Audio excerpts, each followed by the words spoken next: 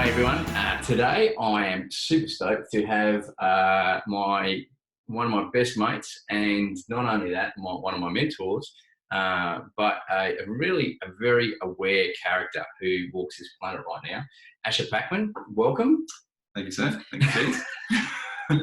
I like that. Yeah, we can keep going with that if you want. So today I've got Asher here. We're trying to get this conversation happening for some time, weren't we? And it didn't happen, and then we went down to Melbourne, and it didn't happen, and then all of a sudden you've come up to our place, and it now has happened. Well, we were planning on doing this with me in Melbourne, and you're here, and the universe put us together in the same location. Exactly. So we like that. We like that. We'll take it. So, brother, just for the benefit of people listening who I don't know how, but they might not know you. Can you give a little bit of a backstory about how you've come to being Asher Packman? I suppose would be the best example. Right. Wow, that's not a small question. Do it in 2 minutes. Yeah, do it in 2 minutes. The elevator pitch. Yeah. I mean, I started.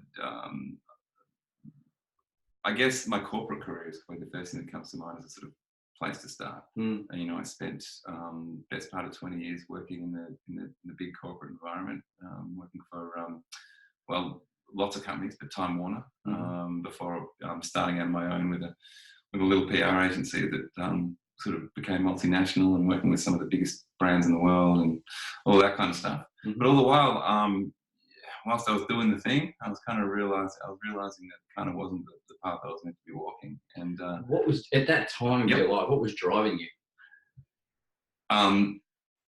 At the time, yeah, my answer would have been, this is the model of happiness that I've been given. Yeah, like get more things. Yeah, get promotions. Yeah, have all the things, get a bigger bank balance. And were you ticking those things off? I was ticking those things off, but I was getting less. I was getting further away from the end point. Further away from the point of what this model was supposed to be giving me. So all the time I was there, I mean, I couldn't look back on it and say it was a bad time. I mean, I met friends that are still friends of mine today, and I saw amazing places and was involved in amazing things. But there was something inside of me which was completely unfulfilled, and that thing was getting louder and louder. David Foster Wallace often refers to it as the gnawing sensation, and I think that was what it was getting. The gut, it was getting emptier rather than fuller. Were you in the time? Were you ticking all these things off, getting the accolades, meeting people, having the experiences? How were you acknowledging this gnawing sensation? What was your relationship like with the gnawing sensation? It's a really good question. I ignored it. Yeah. I was like, well, if that's there and I'm feeling that there's something there that's not giving me happiness, then I just need more of these things of the model that I've been given. So in order to fix this, I just need more of that, right? Yeah. So I just need to make more money and get promoted even higher, But the universe has given me tons of feedback. It always does, right? But I remember reaching a certain point in my career at Time Warner, and the guy above me, as in the guy whose job I was next in line for, I looked at his life and I was like he was never at home. He was divorced. He had not a very good relationship with his kids. Even his friendships, I could just see it was just, and I was like, I don't want to be that guy. And that's the next step in the food chain. So that was, I can't remember where in the chronology that thought came in, but I remember looking at him and going, what I want that job. So if that's the case, what does that mean? It's funny you say that, because in the military, I let go of some childhood military mentors who, some of them had met their wife at 16, had the incredible relationship right through their military careers, and they were stellar. They were chivalrous gentlemen. And I let go of them as mentors for the ones just above me that I thought I was aiming for, and they were on the second and third wife. Yeah. And that sold their soul to the military, and that's where I was heading. And I did that completely unconsciously because of these drivers and that gnawing, as you're saying. Yeah, 100%. And to me, it's like if you met this guy I was talking about and you were sitting in a pub with him having a beer, knockabout fella, good guy, right? But if you look a little bit beyond that, deeper, and you see, and you're like, well, that's what I'm actually aiming for, not this dude standing in front of me in the pub who seems to be pretty good bloke and knows a lot of people, and you know what I mean, and has all the things. Yeah. But it was beyond that. I looked in his life and I was thinking, that's what I'm actually taking on, and that's not something I'm that interested in. So that was one marker. Yep. I mean, for me, you know, and you know my story, so you know where this is going. But you know, the universe will give you the message at the level that you require it in order to wake up. So, you know, if it's close by, for some people, it might just be stubbing their toe, you know, like, I get it. You know, for me, the depth that I was in at that point, I needed some heavy lessons, and I got all those lessons. But understanding now that I couldn't have had them at any lighter level, because it wouldn't have had the impact. It wouldn't have been enough to make me change. This hits on a thing that you and I have been discussing over a beer or two lately, and that is the need for someone to plow in, the need to really possibly hit rock bottom, to realise they can bounce, to actually start the ascension journey, the journey home. I agree, and to actually be able to hold at rock bottom for a little while until you learn the lessons and not feel it and go shit and immediately want to come back up and ascend too quickly. Get out of the pain. Get out of the pain, like get back up to the surface level again. It's like, you know, you don't learn the lesson until you're down there, and you stay down there. Sometimes just until the lessons come. You know, and as you know, I work a lot with the mytho-poetic and a lot of stories. And there's, you know, if you look at some of these old storytellers, the man literally is living underground, like so often in these stories. And they'll see, sometimes they'll see the way out, and they'll walk past it, like, you know, for years while they're still underground. You know, years in the sense that these mythological stories can be hundreds of years. And there's a particular story where there's a musical instrument on the wall of this cave. This particular hero was living underground, and he sees it every day, and he just walks past it because he knows that he's not ready. And then one day he picks it up and he plays it, and it's the answer to get out. But it's been there every day. And I'm like, most of us guys, you know, we'll get down there and we'll see the guitar straight away, and we'll, I just got to get out of here. It's like, no. Wait. Sit in the pain. Sit in the shit. You know, and feel it, and you'll know when it's time to pick up that musical instrument. You know. And I mean, you know, this program is actually all about harmonic leaders, and leaders are all.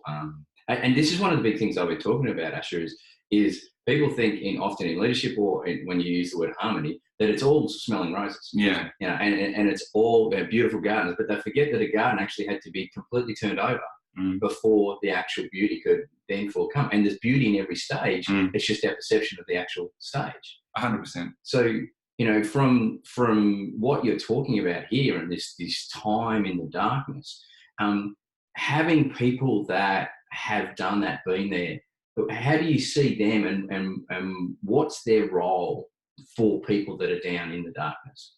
It's to give them some tools and to give them some reassurance that it's okay to be down there. You don't have to, you know, like, you know, one of my lines that I'm fond of saying is you got to learn how to swim in the dirt before you get to walk on the water. And people that come along in your life that can give you the tools for learning how to swim in the dirt are guides, mentors, allies. These are the people, right, who've been there, they understand. You know, Robert Bly likes to say, the men who've let the tears dry on their face without wiping them away. You know, these are the people in your life that, you know, help you to navigate your way down there in the shit. Because that's where all the growth is. And you talk about, like, the only reason we see things as beautiful, the only reason we see the truth is our ability to reference it against that pain. That's like, why, you know, the fact that everything dies is what makes everything beautiful. I'm like, otherwise, why do you like a rose in a vase over a plastic rose? Because it dies. That's what gives it everything. It's beauty, it's red. And so you don't see that until you spend time in the shit. So, you know, we've just talked about or alluded to the fact that there has to be death for growth. There's a cycle, there's a natural cycle. That's what we're saying. You've got a very deep connection to death.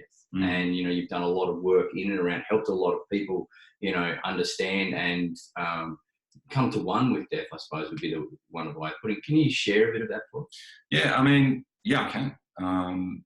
and it starts at a deeper personal level because, you know, I suffered with, I say suffered, I don't even know if it's the right word now, but, you know, anxiety and depression was a part of my life growing up from an early age. You know, I first started having suicidal ideation when I was about 13, 14. You know, I remember writing a suicide note and putting it on the fridge at home, which was really just a cry for help. Yeah. And the funny thing is, I got up, I remember because I was up at night and, you know, couldn't sleep and was in the depths of my own despair and, you know, wrote out this letter and put it on the fridge for my mum and dad to see.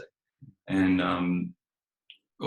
all that letter was really saying, it wasn't saying I'm going to kill myself, it was just saying, listen to me. Yeah. Like, I'm in pain here and I need some help and I can't find the way out. Mm. And when I got up for breakfast in the morning, it was gone.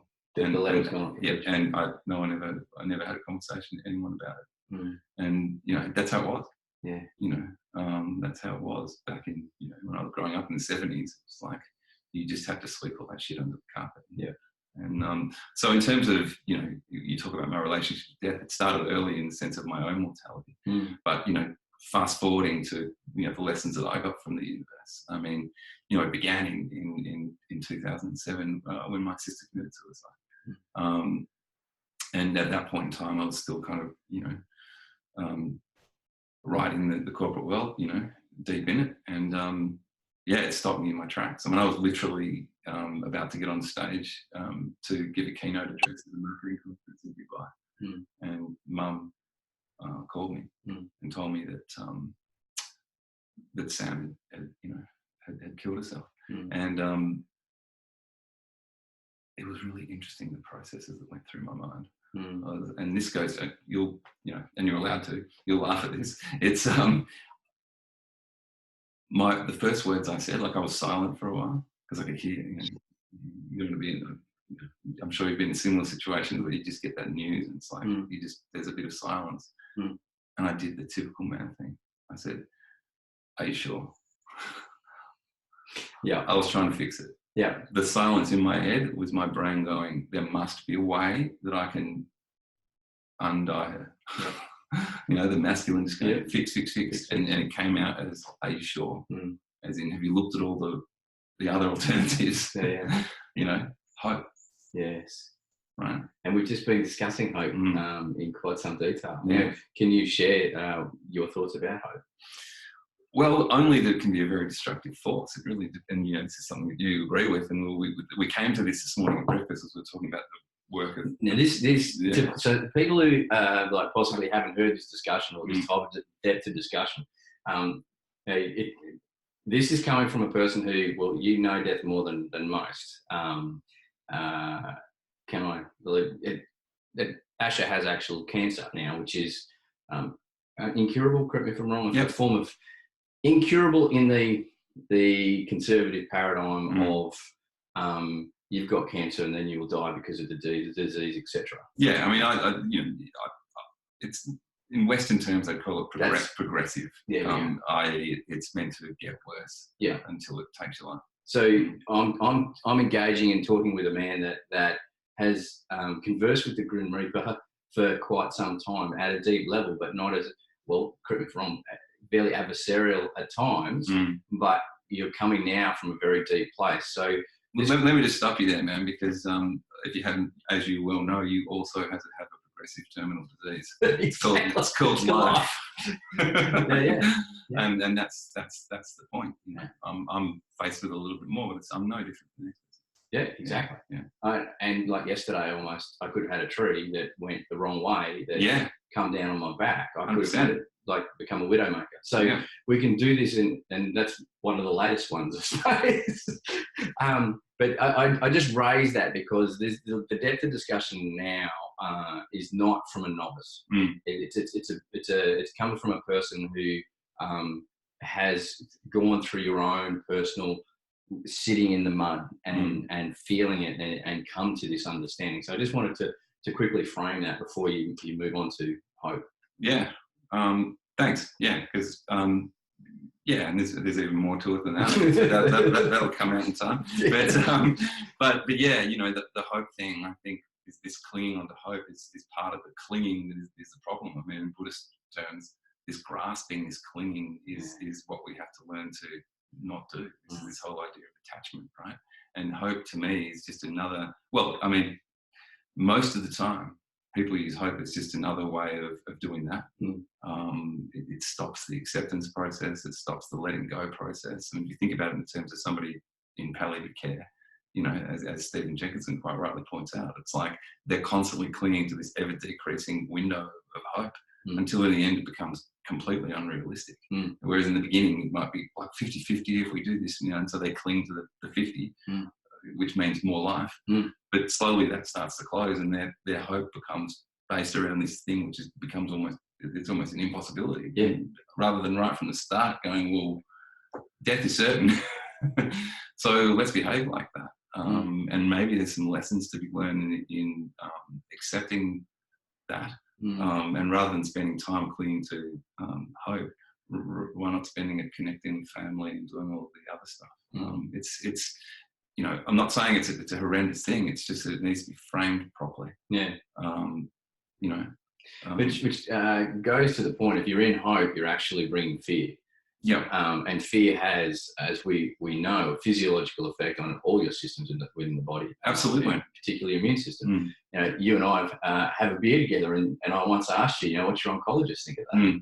And correct me if I'm wrong, you're saying, I'm in the middle of retraining my oncologist. And about happiness and gratitude, and particularly gratitude, and what that actually does to our immune system. Well, the beer situation is an interesting example, because it's not like I go out and get myself hammered. I mean, I'm very conscious about that, about the way that works, right? But totally. You know, my oncologist, the view would be, you know, you don't drink. It's just as simple as that. But the way I see it is, I see you rarely, you know, and if I'm going to connect with you properly as a brother, beer is it's not like it's the be all and the end all, but you know, it's something that I enjoy sitting down and having a beer with you. My immune system is thanking me for that, because it's about connecting, and it's about, you know, the flip side of that same coin is me, you know, going to bed that evening and going, fuck, I can't even have a beer with James, you know, because I've got this fucking cancer, and you know, it's stopping me from doing all these things. So my immune system plummets, and it's far worse than the small tiny effect that one beer is going to have on my immune system. It's completely counteracted and you know, completely neutralised and arrested by having a conversation with you and bonding, versus sitting in bed doing disastrous things to my immune system because of my mindset. This, you see, we go, I mean, as above, so below. So from internally, we can reflect this into the external as leaders. We can also see that at times there are things that we need to do that will appear to be callous or backwards, but actually it's for the greater good. And if we as leaders get fixated on the weeds, we won't even see the trees, let alone the forest. And therefore, even where we're meant to be heading, or whatever perceived obstructions could be in our way, we won't see that because we're so fixated. We've got to tend this plant, which might be called a weed because it's just in the wrong spot. We become fixated on that as opposed to seeing the bigger picture. Well, think about that in the framework of a company, right? And you know, we talked about this the other day as well. You know, I referred to that Buddhist term of idiot compassion, where, you know, which feels like compassion, but it's actually not. And I would say, let's say you've got one employee who needs to go. And I'm sure you've seen that in the military time and time again. Right? So idiot compassion would be like, oh, them, and you know, what's it going to do to their family, and that guy's going to feel particularly bad, and like all the focus on that person, versus if he stays, the damage that it will do to the entire outfit. So he has to go, and that's actually compassionate. To keep him would be idiot compassion over, because you're looking at the smaller thing. It's funny you say that, you use that example, because that's exactly what happened with me less than 3 weeks before deploying. Right. And I had a critical position, a sergeant, a troop sergeant, who, when the troop broke down, he was the second commander, and that when the troop broke into components, he was a patrol commander. And we went through the pre-deployment testing phase, and he just didn't have it. And so I walked up with him, and I just asked him a series of questions. I said, mate, how'd you go? And he says, I'm feeling like I'm struggling, boss. And I said, yeah, I understand. So tomorrow, like if we were to roll on a mission, how would you feel? And he said, I'm struggling. And I said, so what needs to happen? And he's going, well, I don't know. And I said, well, would you agree at this stage, we're not doing you or the people that you were meant to be commanding favours by keeping you here? And he agreed. So we mutually agreed to remove him. 2 hours later, I was out bush. 2 hours later, I had his wife on the phone who was berating me for destroying their financial plan for the next 5 years.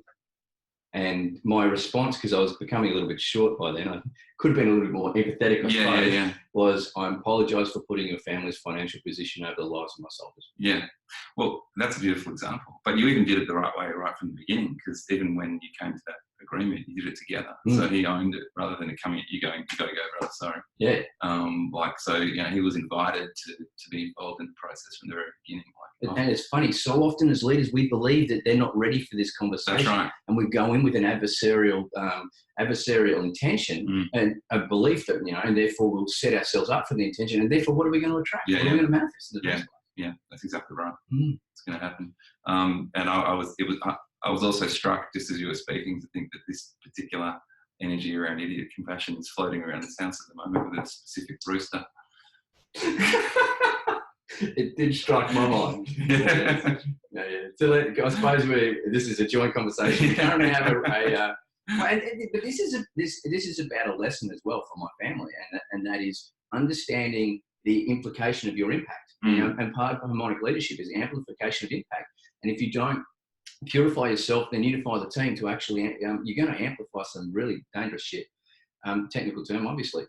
So, the kids want to have a clucky chook. And so what do? We put eggs under a clucky chook. You got a 50% chance of a rooster coming. Now, we live, in a beautiful area with lots of space, but nestled in a valley, at 4 o'clock in the morning, if a rooster starts crowing, you've got to ask the question, my desire to have chooks like this, is that being part of the greater unity? And in my harmony. Exactly. In my opinion, no, that's not. So we had the choice. And not only that, about 3 months ago, we knew one was going to be a rooster, but other people were in denial. So we delayed the process of taking action until the fact that he's been crowing now. Yeah. And, we're going through a whole series of ways to see how we can resolve it. And the first and foremost one is to let people air their emotions and be heard as to, what's going on for them. And I don't take death lightly. I really don't take death lightly as far as me taking execution, like being the executioner. So if and we were going to execute the chook last night, so the rooster last night, but Penny came up with the new strategy that she wants to give 3 days to actually infect. Cool. As long as she accepts that in 3 days' time, if we haven't been able to attract a certain situation, then the hole's still dug. So we've got to, in my humble opinion, we've got to be responsible for the decisions that we've made, but understand that these decisions have flow-on effects. For sure. And not run from those flow-on effects. And that's what society does quite regularly, the lack of personal responsibility. Well, you talked about Stephen Jenkins's opening line, which is relevant right now. But no, absolutely. And your point around not taking them lightly, absolutely. There needs to be all the humility and respect and everything else given to that moment. They say the executioner's face is often hidden.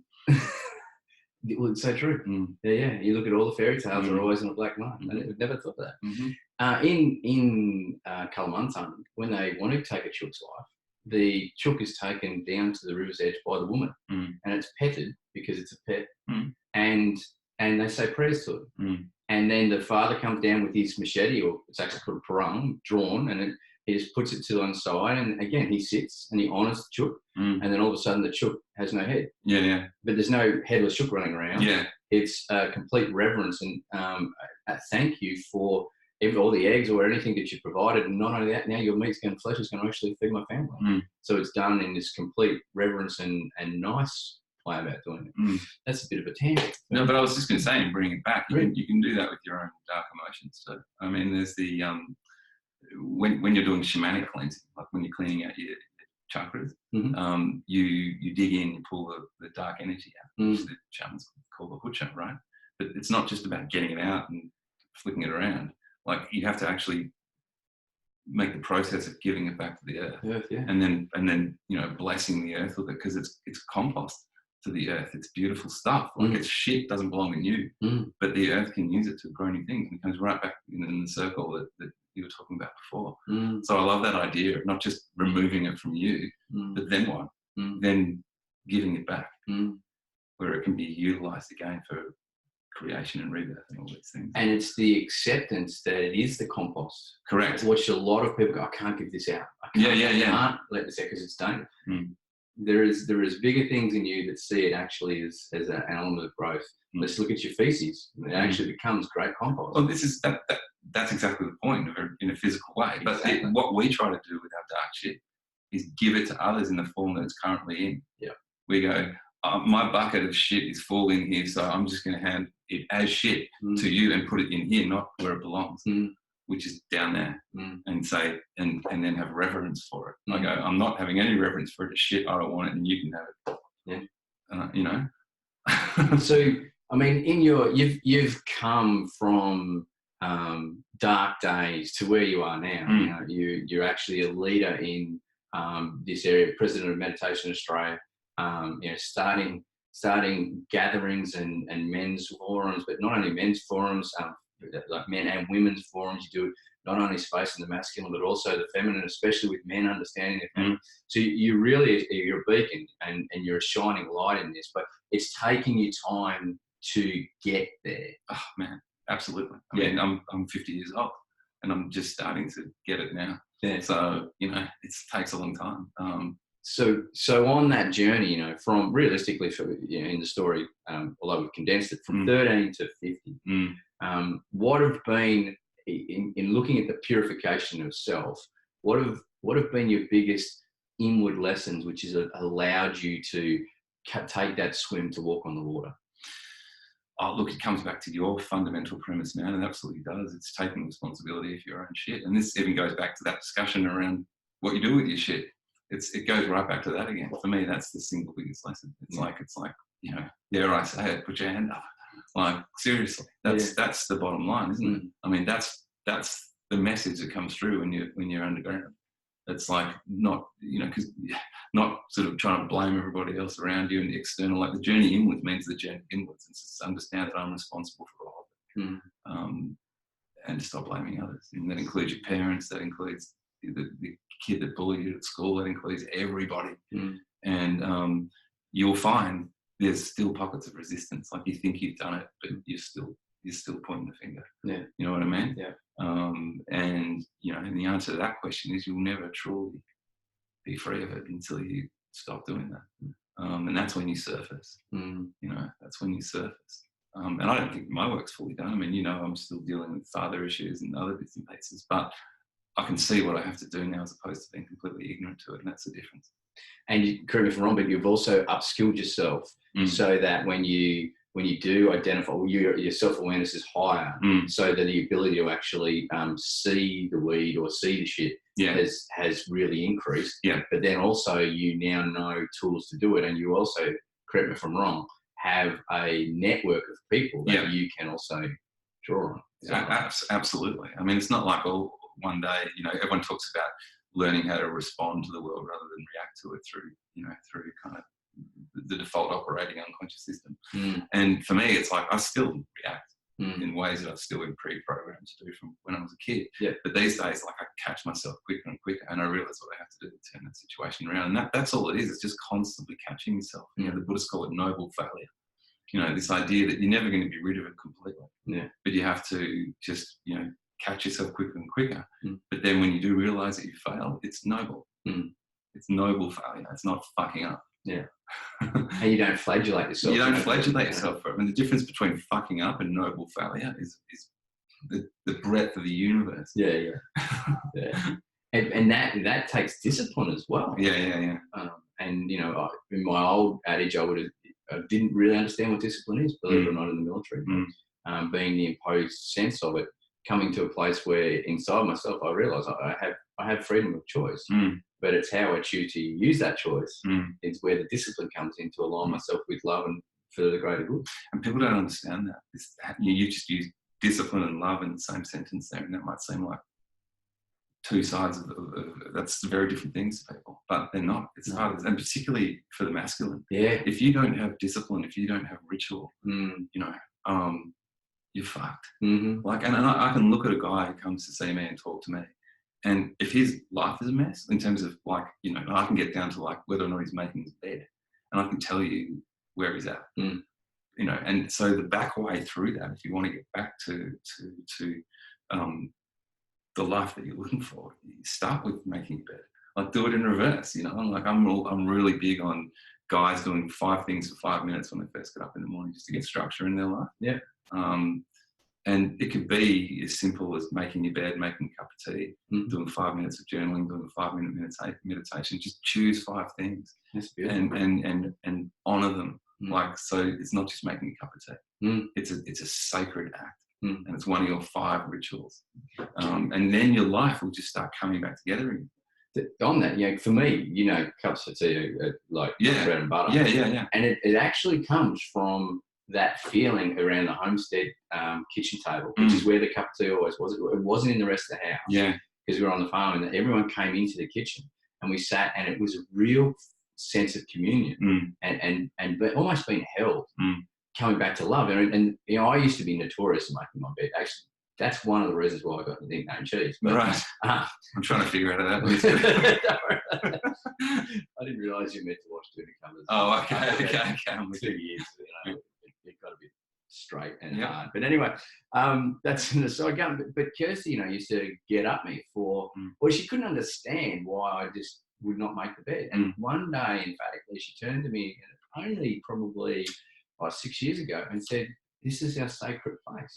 This is our place of union, and we not only sleep here, but we make love here." Yeah. And as soon as Kirst put it in that love sense, in that sacred space, I made my bed this morning with Kirsty. Yeah, and that's the way it should be. And that's a beautiful thing. So you turn everything into a sacred act, you know. But the other side of the coin too is that, from the masculine point of view, the masculinity is about order. So as soon as there's no order, you know, everything goes out the window. So everything's all over the shop. Yeah, 100%. Exactly right. So, but I love that idea of bringing it back to love. I think that's important. But, you know, again, bringing you all the way back to that cup of tea. Yeah. I mean, you know, from heart math, that what you're feeling there is not just a leap of faith. It's actually happening. Yeah. Like, you know, there's research to show that food cooked with love is more nutritionally rich than the same food. Yep. It's just been, you know, without that love and intention. We said this morning, it's all about intention, right? So when you sit around a campfire or something, tea's been made on the billy, and there's been effort and love, and there's the connection around the campfire. If you looked at people's endocrine systems, they would have increased levels of DHEA, which is one of the love hormones, which is about healing and all the other things. And so it's not just something that we think, oh yeah, it's real.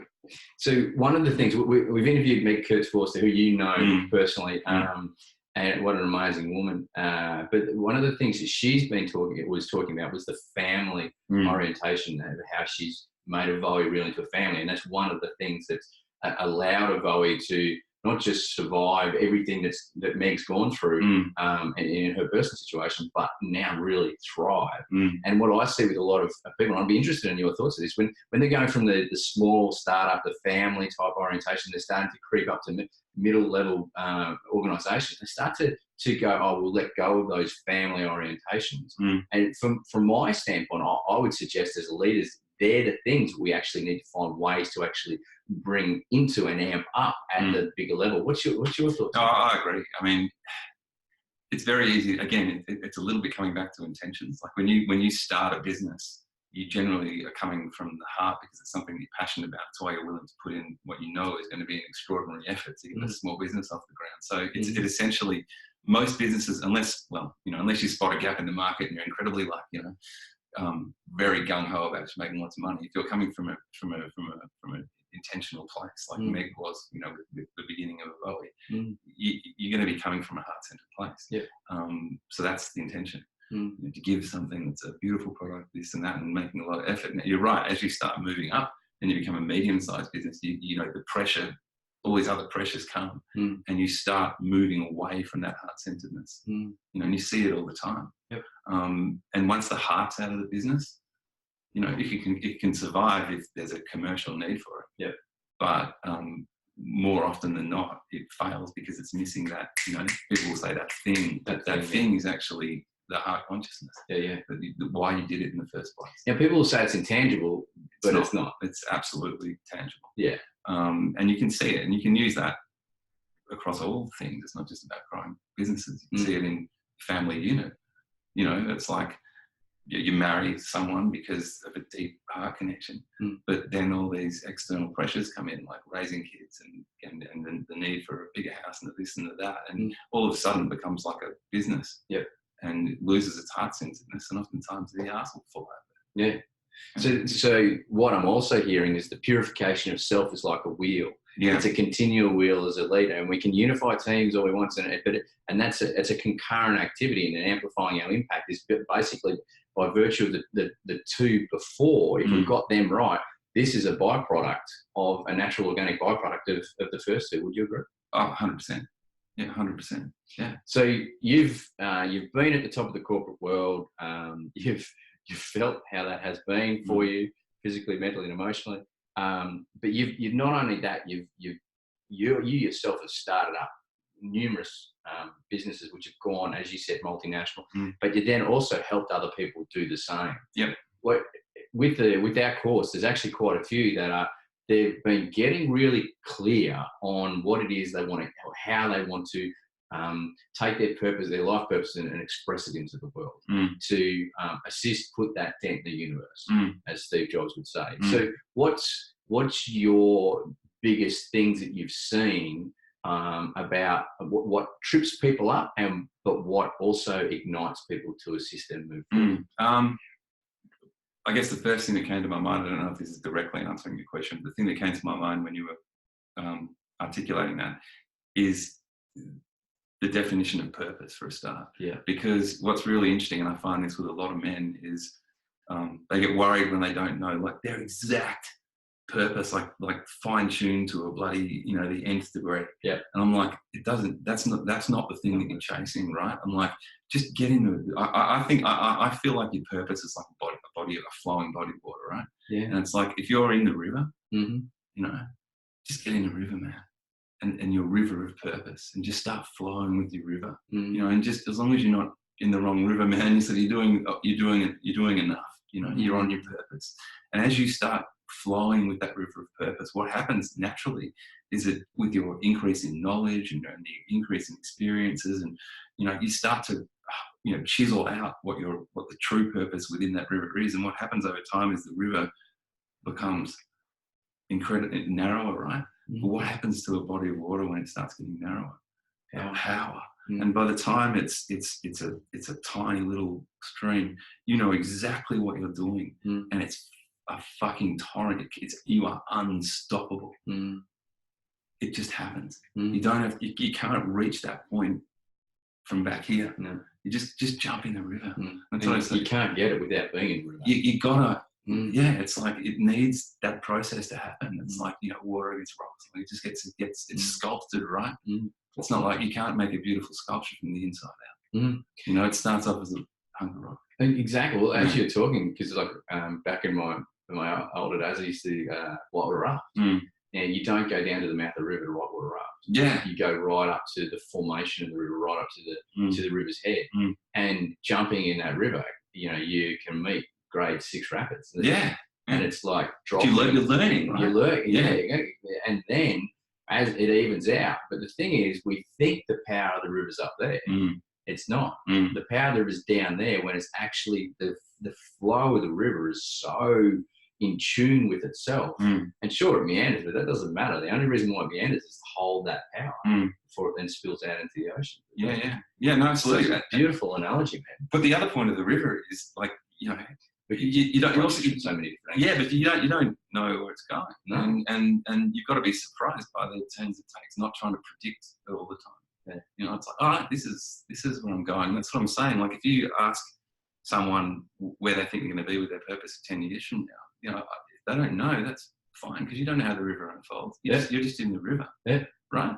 So you almost shouldn't know. And Stephen Jenkinson's on about this. He says like, if a 15-year-old says they want to be a fireman, and you go speak to a 50-year-old who is a fireman, he's pissed off.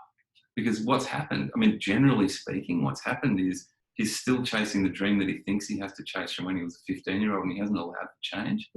And maybe you'll get the guy who's like, I always knew, and that's fine too.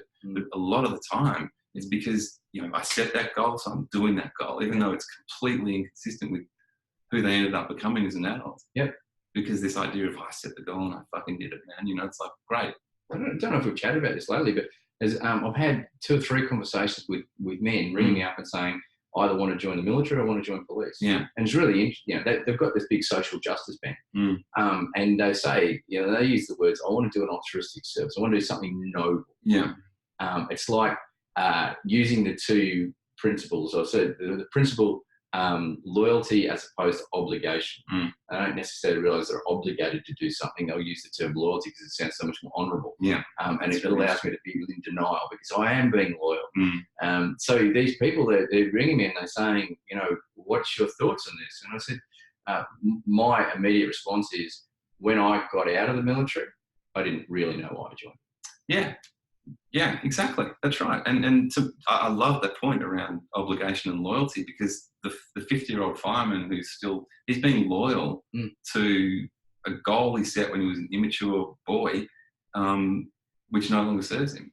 So, and he probably wasn't helped sculpt the goal either to understand the essence of why he wanted to be there. Yeah. You know, why did I join the military at the age of 18? I joined it because I love the flag and I love this country. And I'd had amazing role models in front of me that were incredible men, and I wanted to be like that. That's what my 18-year-old answer was like. When I got out at the age of 17 years later, I couldn't give you a complete answer.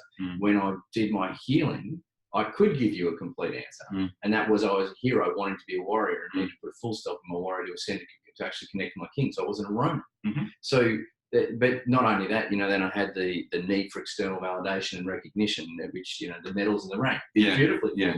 I had the need for risk because I needed to be challenged, you know, and because I fought courage. I thought myself a coward. So I had all these other things going on that I didn't know were playing out. And you said programs before that from young people, they were crying out. But when I got out of the military, I didn't know. And so it hasn't been until coming to a deep sense of understanding myself did I know why. And I look back and I don't have any negativity towards my ups and downs in the military, because I've learned so much, and it's still every day learn something new about a nuance. Yeah. No, I get that too. But I was interested in that piece when you were talking about wanting to be kind of looking fearless and looking like a brave person in the world, because that's kind of the stereotype.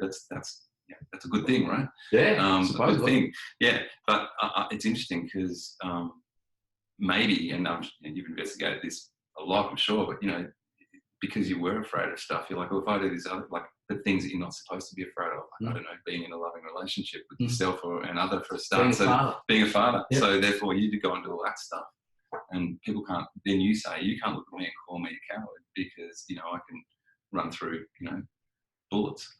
But well, that's one of the reasons why this scares the fucking shit out of me. Kirsty and I detached emotionally in my lead up to Iraq. Why? Because we just had Abby. Abby was 6 weeks old when I took command of that squadron. And it was 10 months lead up training. And I ran to work. I was great at work. I was great at leading externally. And I hoped that everyone saw my dedication to the job as internal competence.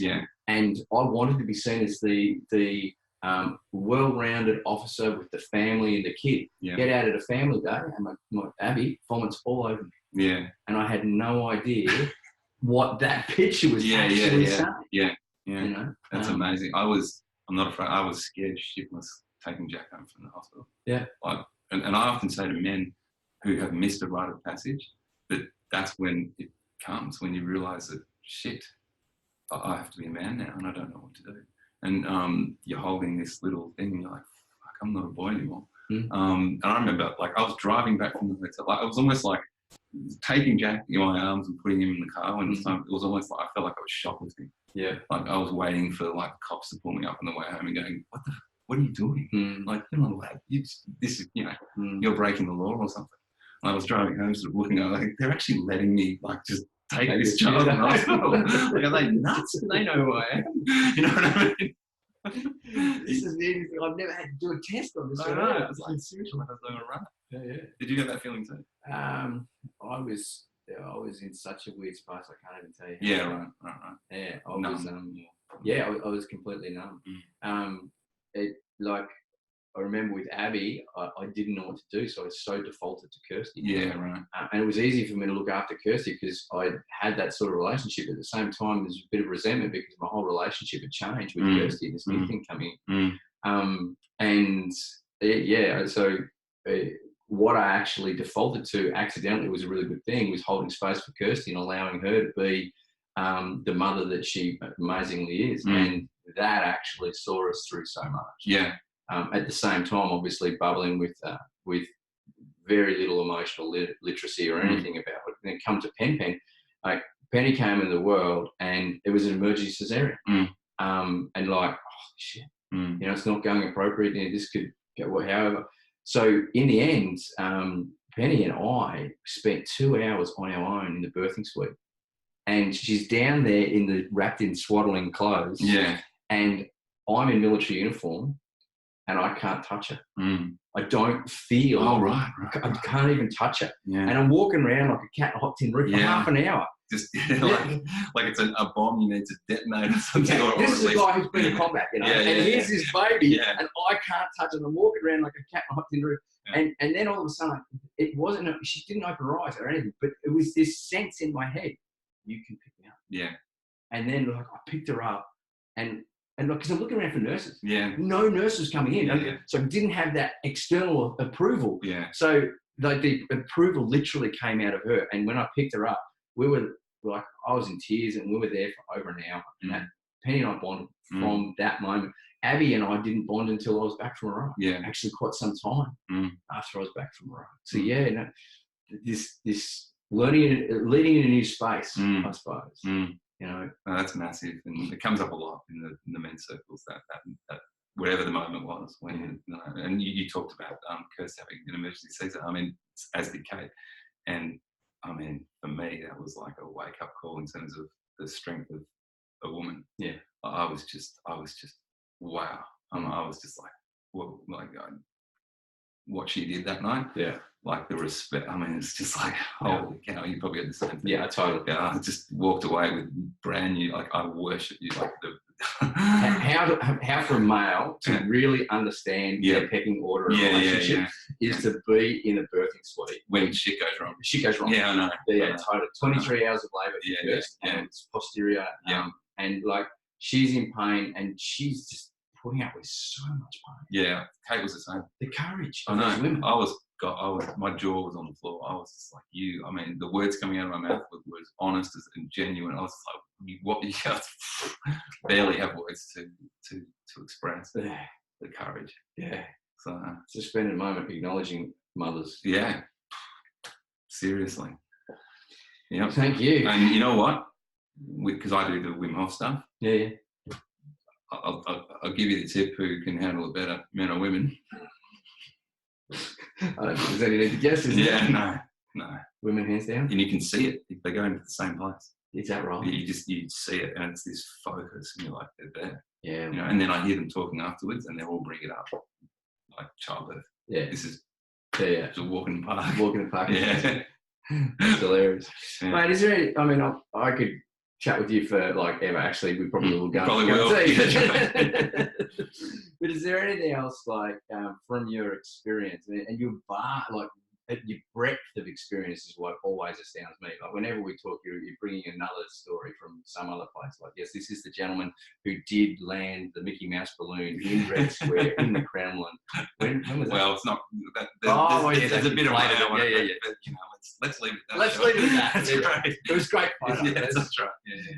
But so you know, you've had this breadth of experience. Is there from that? What's your biggest leadership lesson, I suppose, from inside, and that you'd like to leave everyone? Oh man, that's a large question. Yeah, I know. I sort of understand. A question without notice. That's a fairly big one. Answer without thought often be the best one. Yeah, I mean, look, to me, it's something about the inward journey and not the external journey. You know, it's to me like all your leadership. You already have all those leadership qualities. Like that's the message for everybody. They're in there. Yeah, you know, and it probably comes back around to, you know, I often say to people, I can't teach you anything. Like, I'm just helping you to remember shit you already know. And everything around what you need to be, what you need to do as a leader, is already inside you. You just got to go and do the work. So it's your responsibility to unearth this, to correct, to sculpt it, to nurture it, to polish it off. Yeah, and you're not going to find it in a book. And this is the big thing that I often come to pick, and I've read every damn book under the sun, on leadership or anything else. But what's that doing? It's just looking out here, And I remember saying to one guy, I'm literally done an awful lot of that, and you've done it yourself, man. So like you went down that path, right? Oh yeah. But I'm like, all that happens is you build up a massive stack of kindling. Yeah. I'm like, light the fucking fire, brother. That's all very well. A lovely stack of wood you got there. There's no point in the stack of wood without fire. Correct. Like, what do you like? You got to actually go in and get it yourself. No one's going to give you the answer. Like, this is great what you're doing. It's amazing stuff, right? But you're actually encouraging people to go and do it themselves. I mean, you're basically saying to them, you've got the answers. Exactly. Have the courage, right? Trust yourself. Yeah. I always say a harmonic leader is someone who sees the issue, but isn't the one who names the issue. They help the team see the issue, to name the issue, to then be able to design a solution for the issue. In gifting that, and it's a skill. It's not some mystic art. It's a skill that can be learned by self-awareness and therefore group awareness. You're gifting the team something amazing, which will take them to a place you've got no understanding of. Exactly right, and that's really part of the definition of the true king, right? And when you look at CEOs of major organisations, there's certain things that they all say the same, but there's a theme that comes out. They will all acknowledge the fact that they probably only make 2 or 3 CEO-like decisions for the whole year. That's it. But they're at these critical junctures where they're doing exactly what you just said, and they move everybody along in the right direction. Something greater comes out, of which they don't even really know. Like it comes from somewhere deep inside. But they're getting the $1 million plus a year, probably for those 2 or 3 occasions. Yeah. The rest of it's just the rest of it. And they've only learned that by, as you say, though, going out and lighting fire. Absolutely. Absolutely. You can have all the brilliant ideas in the world, but if you die with those ideas in you, what have they done? Yeah. And they also didn't make those decisions based on the fact that they read Steve Jobs' book or something. Like, you know what I mean? It's coming from the fire. He did die of pancreatic cancer, which is the leadership cancer. Is it? Okay. Cancer of leaders, pancreatic cancer. Is that right? Could ask you more about that. Maybe that's for a different time. Different time. But I'm just trying to think of the function of the pancreas. It kind of doesn't make sense. So, thank you so much, man, for being here. Thank you so much for sharing. What I really rate about you is you're just always there. Like, when you turn up, you actually turn up. And that, for me, is the essence of what a leader is.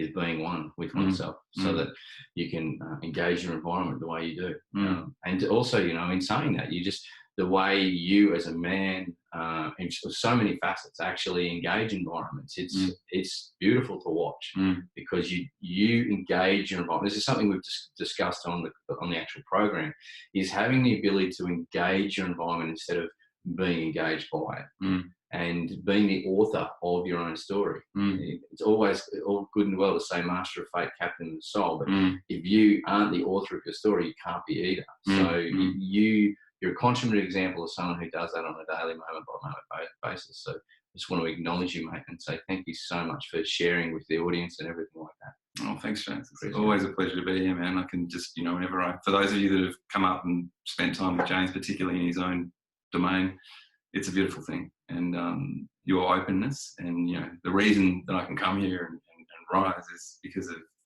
that, the environment that you're setting, you're making that possible. And you've always done that in my life, but like right from day one. Like you say, go do, be, just and you lift up everyone around you. Okay. And you said at the start something around me being a mentor to you. Well, the same is true. And I think that the collaboration, the partnership, the friendship, the brotherhood that we have is extraordinary. Awesome. Much love, man. You too. Man hugs will follow, but they are for us, not for you. So until another time, thank you so much.